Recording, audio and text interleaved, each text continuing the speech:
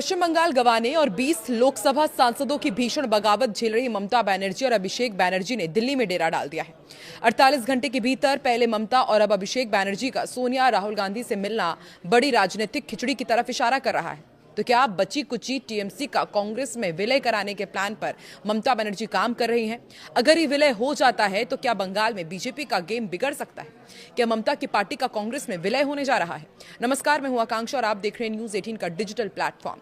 पश्चिम बंगाल से लेकर देश की राजधानी नई दिल्ली तक इस समय तृणमूल कांग्रेस के भीतर एक अभूतपूर्व और बेहद गंभीर राजनीतिक संकट खड़ा हो गया है। पार्टी के 20 लोकसभा सांसदों द्वारा ममता और अभिषेक बनर्जी के नेतृत्व के खिलाफ बगावत का झंडा बुलंद करने के बाद अब दिल्ली में दीदी के वफादार नेताओं के सामने ठोर ठिकाने का भी एक बड़ा संकट आ खड़ा हुआ है। स्थिति इतनी विकट हो चुकी है कि दिल्ली के सियासी गलियारों में ये चर्चा आम हो गई है कि क्या वाकई दिल्ली में टीएमसी के लिए अपना बोरिया बिस्तर समेटने की नौबत आ गई है।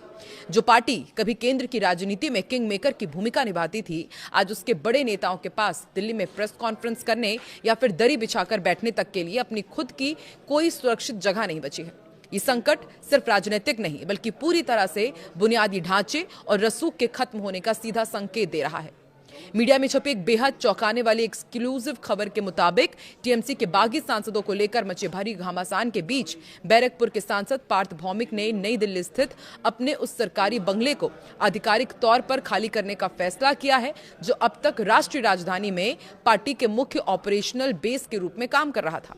और दिलचस्प बात यह है कि इसके लिए खुद पार्थ भौमिक ने ही लोकसभा सचिवालय से अपना मौजूदा आवास बदलने का लिखित अनुरोध किया था, जिसे स्वीकार कर लिया गया है। लोकसभा सचिवालय की एमएस शाखा द्वारा 9 जून को जारी किए गए आधिकारिक आवंटन आदेश के अनुसार सांसद पार्थ भौमिक को अब नई दिल्ली में रहने के लिए फ्लैट नंबर 501 हुगली आवंटित किया गया है। ये नया फ्लैट उनके पुराने बंगले यानी कि 20D doctor Rajendra Prasad road की जगह पर दिया गया है। इसी बंगले पर अब तक सांसद का कब्जा था और यहीं से टीएमसी की दिल्ली की सभी प्रमुख गतिविधियां संचालित होती थी, जो अब इस फैसले के बाद पूरी तरह से बंद होने जा रही है। इस पूरे घटनाक्रम की टाइमिंग ने ममता बनर्जी के खेमे में भारी खलबली मचा दी है।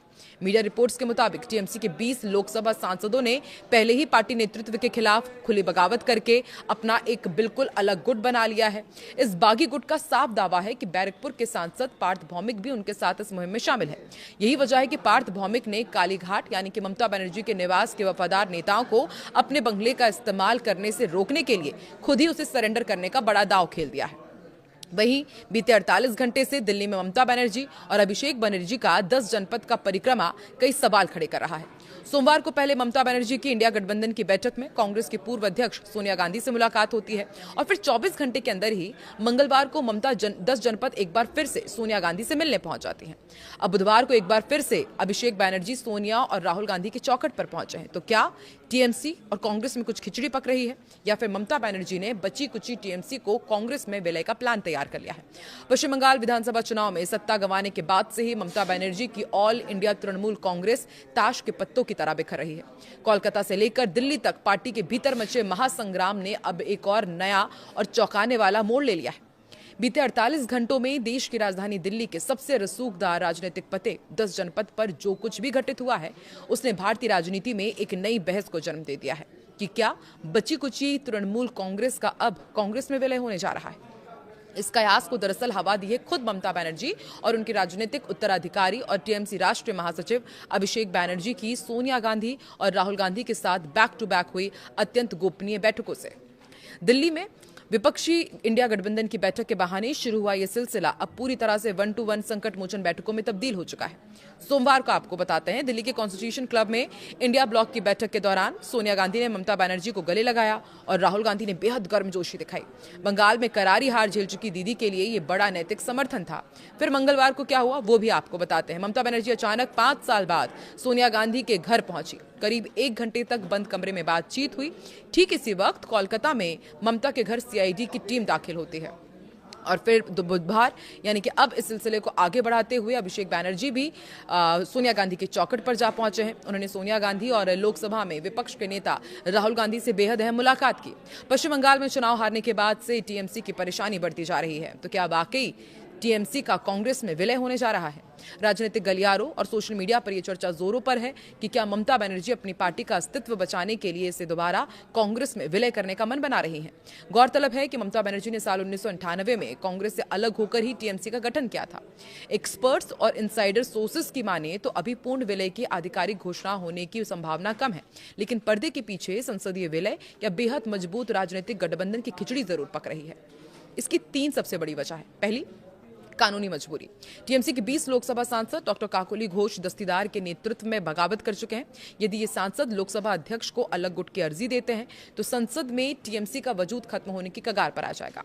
ऐसे में कांग्रेस के साथ संसदीय समन्वय ही बागियों के खिलाफ व्हिप जारी करने और एंटी डिफेक्शन लॉ दल बदल विरोधी कानून का इस्तेमाल करने की कानूनी मदद दे सकता है। राष्ट्रीय पार्टी के दर्जे का संकट, बंगाल में सत्ता जाने और सांसदों के टूटने के बाद चुनाव आयोग द्वारा टीएमसी का राष्ट्रीय पार्टी का दर्जा और जोड़ा घास फूल सिंबल भी फ्रीज हो सकता है। इसका भी खतरा है। कांग्रेस में संसदीय दल का विलय करने से इनके बचे हुए सांसद यानी कि लगभग 9 लोकसभा और 12 राज्यसभा को कांग्रेस का छतरी संरक्षण मिल जाएगा। अभिषेक बनर्जी का भविष्य भी सुरक्षित हो जाएगा। बंगाल में शुभेंदु अधिकारी की नई भाजपा सरकार द्वारा की जा रही प्रशासनिक और सीआईडी कार्रवाइयों के बीच अभिषेक बनर्जी अब अपने राजनीतिक भविष्य को लेकर बेहद चिंतित है। कांग्रेस के केंद्रीय नेतृत्व के साथ नजदीकी उन्हें राष्ट्रीय राजनीति में एक सुरक्षित और संतुलित मंच दे सकती है। तो क्या बंगाल में ममता बनर्जी की राजनीति का अंत हो गया है? ममता के दिल्ली दौरे पर बंगाल के सीएम शुभेंदु अधिकारी ने कहा कि बंगाल की जनता ने तृणमूल को पूरी तरह खारिज कर दिया है। अब डूबती नैया को बचाने के लिए दीदी और भतीजे दोनों दिल्ली में कांग्रेस के पैरों में गिर गए हैं। जिस कांग्रेस को गाली देकर ममता बनर्जी ने अपनी राजनीति चमकाई, आज उसी की चौखट पर वो नाक रगड़ रही है। लेकिन बंगाल की जनता करदाताओं के पैसे की लूट का हिसाब लेकर रहेगी, चाहे ये कांग्रेस में मिल जाए या किसी और में।